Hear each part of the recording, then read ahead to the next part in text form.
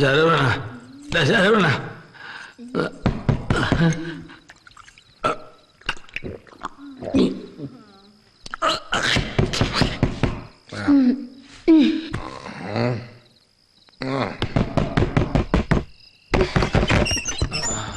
ഇപ്പൊ ഇറങ്ങിക്കോ എല്ലാരും ഇവിടുന്ന്. മല്ലി മല്ലി വന്നിരിക്കുന്നു. മല്ലി മുളകൊക്കെ ഞങ്ങൾ ആവശ്യത്തിന് കൊണ്ടുവന്നിട്ടുണ്ട്. ഇനി അത് തീരുമ്പോ ഞങ്ങൾ പറയാം. ഞാൻ നിങ്ങൾക്ക് മല്ലിയും മുളകും വിൽക്കാൻ വന്നതല്ല. എന്റെ പേരാ മല്ലി. പേരോ? ഇത് തങ്കപ്പൻ തന്നെയാ. ഇപ്പൊ ഇറങ്ങണ എല്ലാരും ഇവിടുന്ന്. രാവിലെ കാശെണ്ണി മേടിക്കാ, രാത്രി ഇവിടുന്ന് ഇറങ്ങി പോവാൻ പറയാ. ഇതിന്റെ വെള്ളരിക്ക പറ്റില്ല.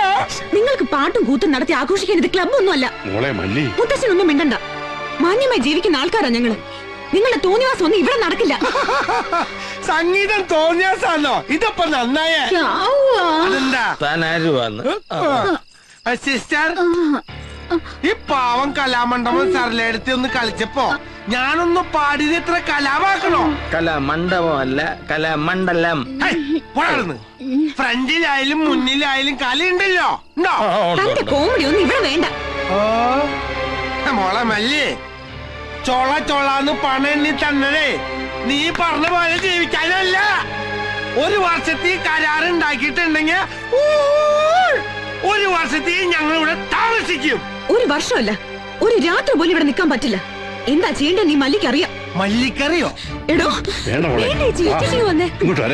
നോക്കി മേടിപ്പിക്കലടി. അവളെ നോട്ടം കണ്ട മാത്തങ്ങ കണ്ണി. ഇവള് മല്ലിയല്ല, മുളക. നല്ല ഒന്നാം തരം വെള്ളക്കാന്താരി മുളക്.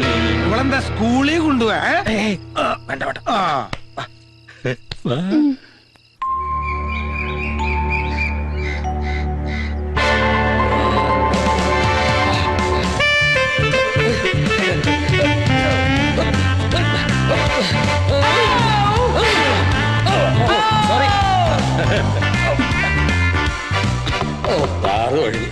ഈ വെളുപ്പകാലത്ത് ആരാണോ?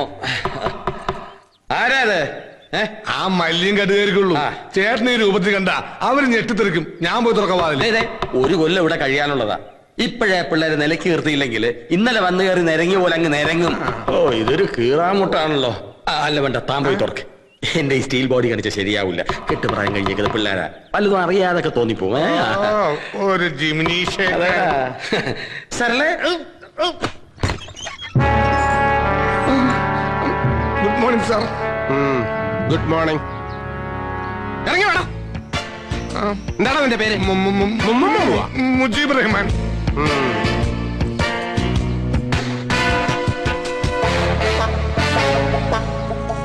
ആരുടെ അവള്?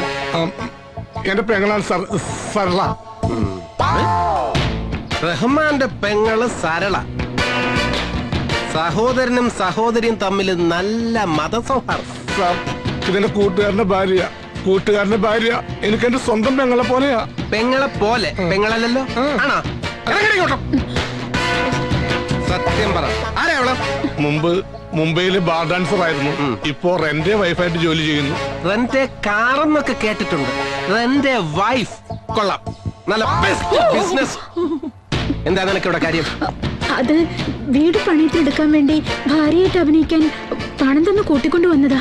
പണം തന്നാ നീയൊക്കെ എന്തും ചെയ്യും. ആരൊക്കെയാ കൂട്ടുകക്ഷികള്? എവിടെ കൂടാതെ വേറെ എത്ര പെങ്ങന്മാരുണ്ടോ? ഞാനൊരു പാവം ബ്രോക്കറാണ് സാർ. അത് വൈഫിനെ റെന്റിന് വിട്ടപ്പോഴേ മനസ്സിലായി. അയ്യോ, ഇതെന്റെ വൈഫല്ല സാർ, എനിക്ക് റിയൽ എസ്റ്റേറ്റാ. റിയലി? റിയൽ അല്ലേ സാർ, റിയൽ എസ്റ്റേറ്റ്. കളിയാക്കളാ? ആ സാർ, ഇവരുടെ പേരിലാണ് വീട് പണയത്തിന് എടുത്തിരിക്കുന്നത്. അകത്തെന്താ കിണർ കുത്തായിരുന്നോ? എക്സർസൈസ്.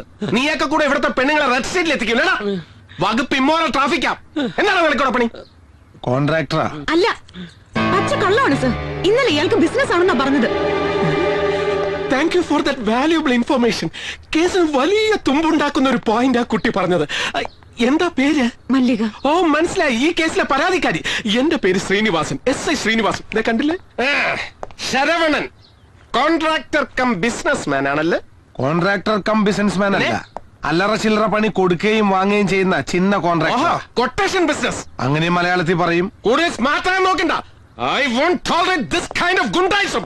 നോക്കി നിൽക്കാതെ എല്ലാത്തിനെ പിടിച്ച് വണ്ടി കയറണം. സാർ ഞാൻ ഇവള് കുളിച്ചിട്ട് വരാം. നിന്നെ ലോക്കപ്പിലിട്ട് കുളിപ്പിക്കണം. പട്ടി കേറാൻ സർ, സാറ് വീണ്ടും കഴിഞ്ഞു. എന്താ കേസാക്കണ്ട, ഇവിടെ നിന്ന് ഒഴിവാക്കിയാ മതി. ഇവര് കുട്ടി ഉപദ്രവിക്കുന്നു പഠിച്ചിട്ടാണോ? അതല്ല സർ, ഇത്തരം കേസിൽ ഞങ്ങൾ കോടതിയിൽ സാക്ഷി പറയാൻ എത്തുക എന്നൊക്കെ പറഞ്ഞാൽ ആളുകൾ പിന്നെ പല കഥകളും പറഞ്ഞുണ്ടാക്കും.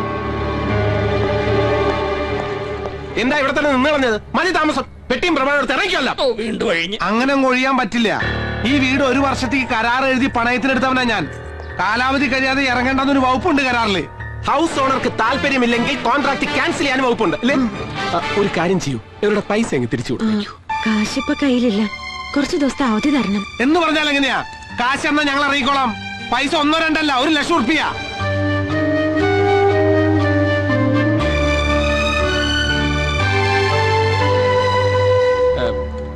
തൽക്കാലം ഇവര് കാശ് തരുന്നത് വരെ നിങ്ങൾ വേറെ എവിടെയെങ്കിലും പോയി താമസിക്കുക. എന്നാ സാറൊരു പണി, സാറ് ഭാര്യയും കുട്ടികളും കൂട്ടി സ്റ്റേഷനിലേക്ക് താമസം മാറും. ഞങ്ങൾ സാറിന്റെ വീട്ടിലേക്ക് താമസം മാറ്റിക്കോളാം. കുട്ടിയൊന്നും വിഷമിക്കണ്ട, ഇവന്മാരെ ഞാൻ ഡീൽ ചെയ്തോളാം. അത് ശരി, ആളെ കണ്ടപ്പോഴേ എനിക്കും തോന്നി. മറക്കല്ലേ. നടക്കണോ സാറേ? ഒരു മിനിറ്റ്, ഒറ്റ മിനിറ്റ്. എന്താടാ? കോൺസ്റ്റബിൾ അംബുജാഷിയുടെ ഗർഭത്തിനുള്ള ഉത്തരവാദി സാറാണെന്നുള്ളത് സാറിന്റെ ഭാര്യയോട് ഫോൺ ചെയ്ത് പറഞ്ഞിട്ട് സ്റ്റേഷനിലോട്ട് വന്നാ മതിയോ? അംബുജാക്ഷി എങ്ങനെ അറിയാം? അമ്പുരാശിക്കുള്ള വാടക വീട് ഞാനാ ശരിയാക്കി കൊടുത്തത്. അപ്പം എല്ലാം പറഞ്ഞതുപോലെ തൽക്കാലം അഡ്വാൻസ് തുക അറേഞ്ച് ചെയ്യുന്നവരെ ഇവരിവിടെ കഴിഞ്ഞോട്ടെ. ഞാൻ മുടങ്ങി അല്ലേ?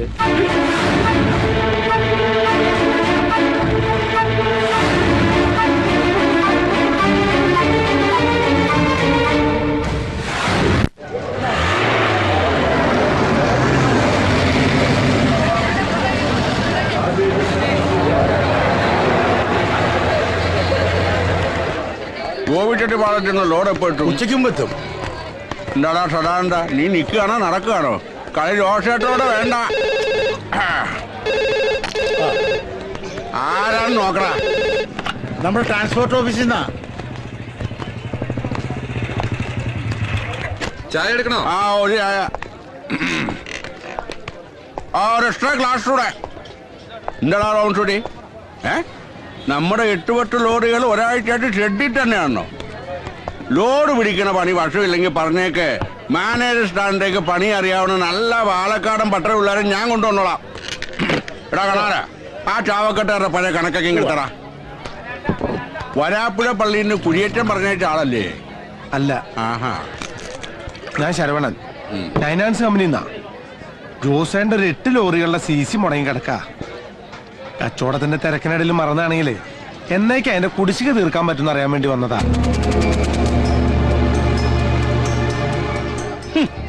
ഞാൻ ഫൈനാൻസ് പൊളിഞ്ഞ കമ്പനിക്ക് ആരടാ TC അടയ്ക്കുന്നത്? നീ ചുമ്മാ നേരം മെനക്കെടുത്താ പോവാൻ നോക്ക്. കണക്ക് കിട്ടിയോടോ? ജോസേന്റെ മുടങ്ങി കിടക്കുന്ന പൈസ അടച്ചാൽ തന്നെ 9 ഫൈനാൻസ് രക്ഷപ്പെടും. എന്നെ ഉപരിച്ച് സമയം കളയാണ്ട് നീ ഇവിടുന്ന് സ്കൂട്ട് ചെയ്യാൻ നോക്ക്. യൂസ് വന്നതൊക്കെ അറ്റാച്ച് ചെയ്യാനാ കമ്പനി തീരുമാനം. കുറച്ചെങ്കിലും അടയ്ക്കണതല്ലേ ബിസിനസിന്റെ ഒരു മാന്യത ജോസേട്ടാ. പട്ടാം വയറ്റില് കുന്നംകുളത്ത് നാട് വിട്ട് വന്ന ഞാൻ കൊച്ചിയിൽ അങ്ങാടിയിൽ ഉരിഞ്ഞു വീണ നേന്ത്രക്കായ പറക്ക് വിട്ടോണ്ട് ആ കച്ചവടത്തിന്റെ നേരും നെറിയും പഠിച്ചത്. എന്നെ നീ കച്ചവടം പഠിപ്പിക്കല്ലേ. ജോസേന്റെ വണ്ടികള് ഇപ്പോഴും നാഷണൽ ഹൈവേ കൂടെ തന്നെയല്ലേ ഓട്ടിക്കണേ? നിന്നെ പേടിച്ച് വണ്ടികൾ കട്ടപ്പുറത്ത് കയറ്റണമെങ്കിൽ മരിച്ചുപോയ എന്റെ അപ്പം വെടിക്കാരൻ പ്രാഞ്ചി വീണ്ടും ജനിക്കണം. പാവം പാഞ്ചി അവിടെ കിടക്കട്ടെ. ജോസേട്ട എന്നെ പണി എടുപ്പിച്ചേ അടങ്ങൂ. വേണ്ടടാ മോനെ, പൂരം കുറെ കണ്ടടാ ജോസേട്ടൻ. എന്നാ പിന്നെ കാണാൻ പോണ പൂരത്തിന്റെ വെടിക്കെട്ടിന്റെ തീ ഞാൻ തന്നെ കത്തിക്കാം. ഈ തവണത്തെ പൂരം ജോസേട്ടൻ എന്റെ വക. കാണേണ്ട പൂരമാണെങ്കിൽ ജോസേട്ടൻ കണ്ടിരിക്കുവാടാ മക്കളെ. അപ്പൊ പിന്നെ പൂരപ്പറമ്പിൽ സന്ധിക്കും വരും വടക്കം. വൈകിട്ടെന്താ പരിപാടി? വൈകിട്ടെന്താ പരിപാടിന്ന്